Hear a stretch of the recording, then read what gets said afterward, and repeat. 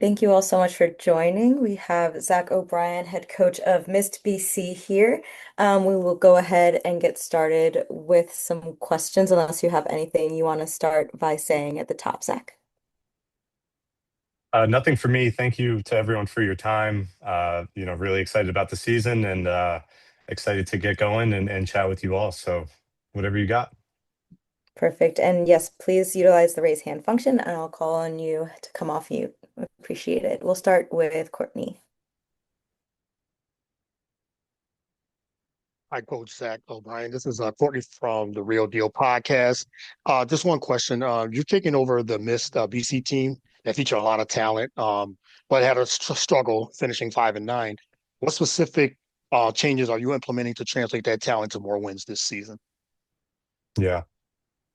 Good question, Courtney. Thank you. I think the biggest thing is just the change in roster. There was that one core player, which was Stewie, and so um, I think that just by design or by default is going to change quite a bit. About how we play and just how we structure our offense and defense. So really fun roster, and the draft process was great. So that I think is our biggest change. Thank you. Ben? Zach, I got two for you. One is just, for you as still, a coach relatively early in your coaching career, just what are you hoping to get out of this experience being a head coach, at the professional level? What are you hoping to learn? Who are you picking the brains of? How are you kind of approaching this opportunity from a career development standpoint? Yeah, what's up, Ben? Good to see you.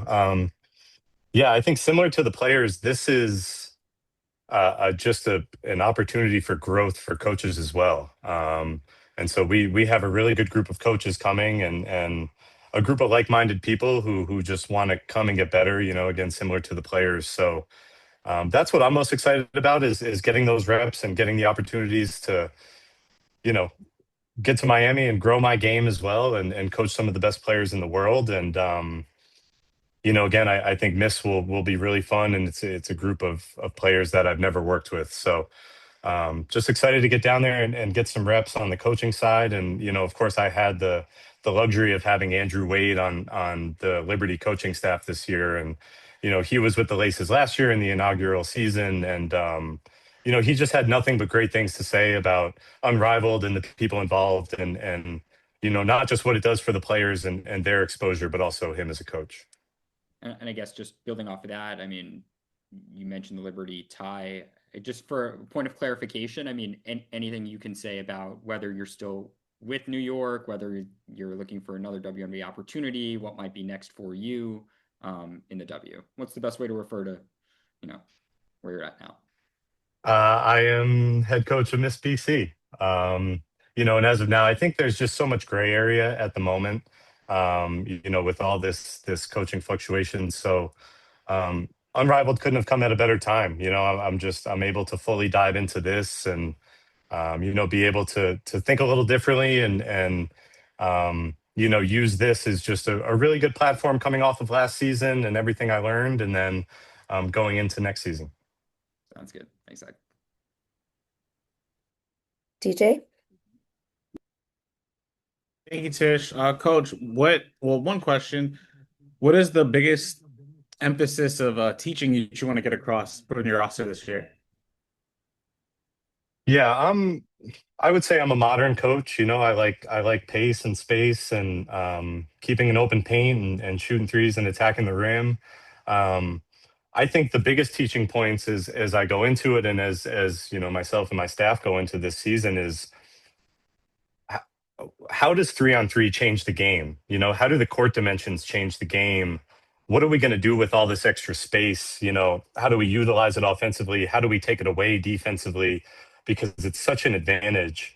I think the teaching really, we're not going to reinvent the wheel, but I think that's going to be a big emphasis of, you know, adapting to this court, adapting to, it's still basketball, but it's a slightly different game. And then, of course, the ending, that Elam ending is a new thing for me. As much as I'm a fan of what it does to the game, it is a new thing, and it will change some of the coaching strategies as well.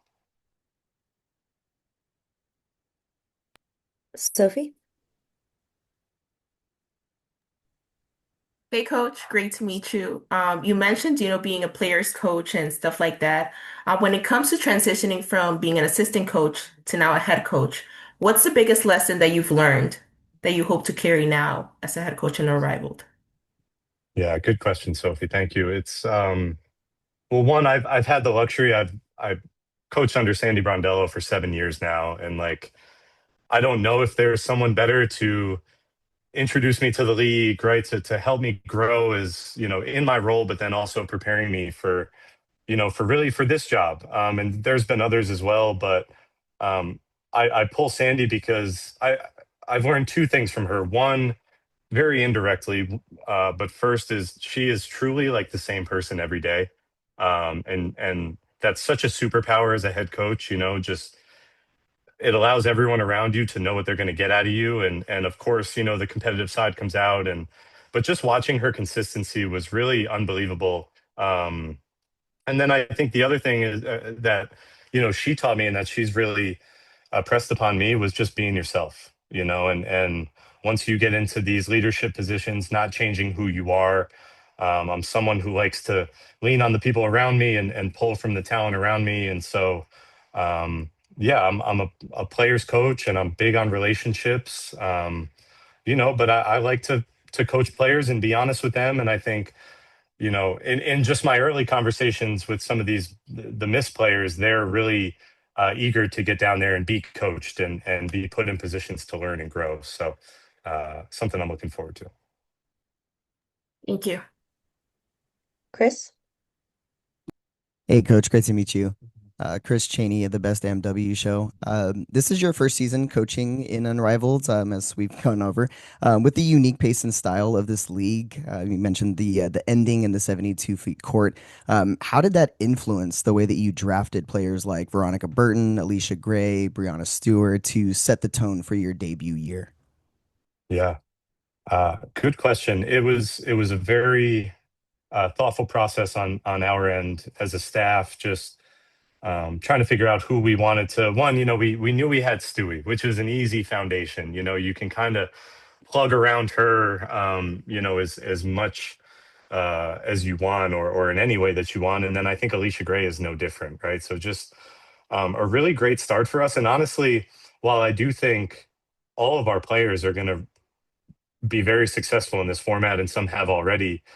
This is a team I would take into a 5-on-5 game, and so it is really different. But I think the skills that we were looking to get on this Miss roster are ones that really translate over any type of game. Thank you, Coach. Thanks, Chris. Ritesh? Hello, hi coach. So I wanted to ask, like, Dejanay will not be participating this season because of her injury. How does that affect your overall strategy? Also, I wanted to know that Brianna also had a injury-riddled 2025 season. So how does that affect your decision making? Yeah, Dijonay is, I would say with this roster, I looked for like two things, right, in players that I wanted to draft. One was how much would I want to play with you, right, as a player, and two is how much do I hate coaching against you. And one, I'd say every member of our team is like 10 out of 10 on those levels, and something that I think is really cool. But I would throw Dejanay in that category too. She's someone who I've competed against her for years. I've scouted against her for years, high level playoff games, and she's awesome. She's such a dog as a player, and similar to a lot of players in this league, just gets better every year, and finds a way to impact winning wherever she goes. So she'll be missed, not just with the miss, but around the league. And yeah, Stewie should be fine. I can't speak to exactly where she is within the injury process, but I think Stewie should be fine, and she's ramping up and getting ready. The Platinum Pop Podcast.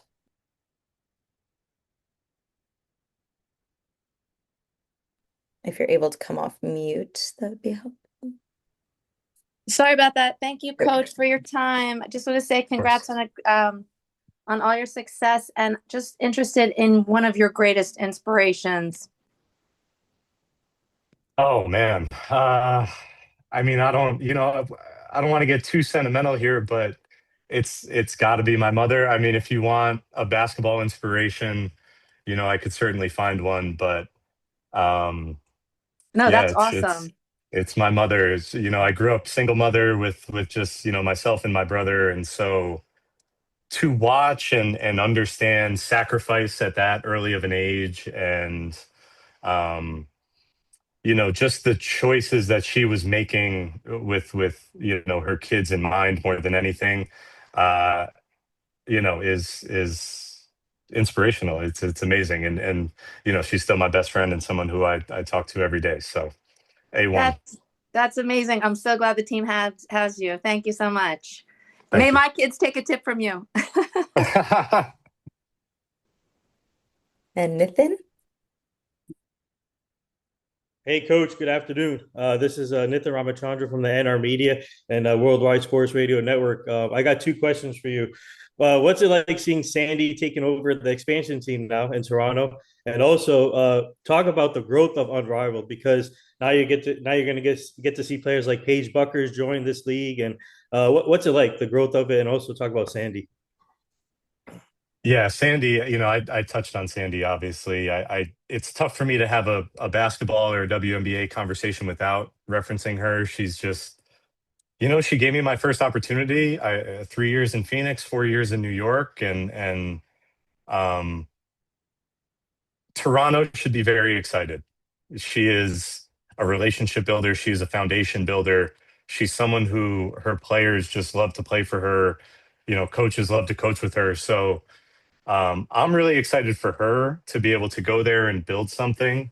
And I think she's just going to do a tremendous job. And then again, Toronto got a great one. That's what a great foundational piece to start your organization. And I've never been, but I've heard really good things about the city. So just again, super proud of her and excited for her, and I can't wait to see what she does over there. And then yeah, Unrivaled is, I touched on it with Ben earlier. I am close with Stewie. Obviously, I've coached her for 3 years now.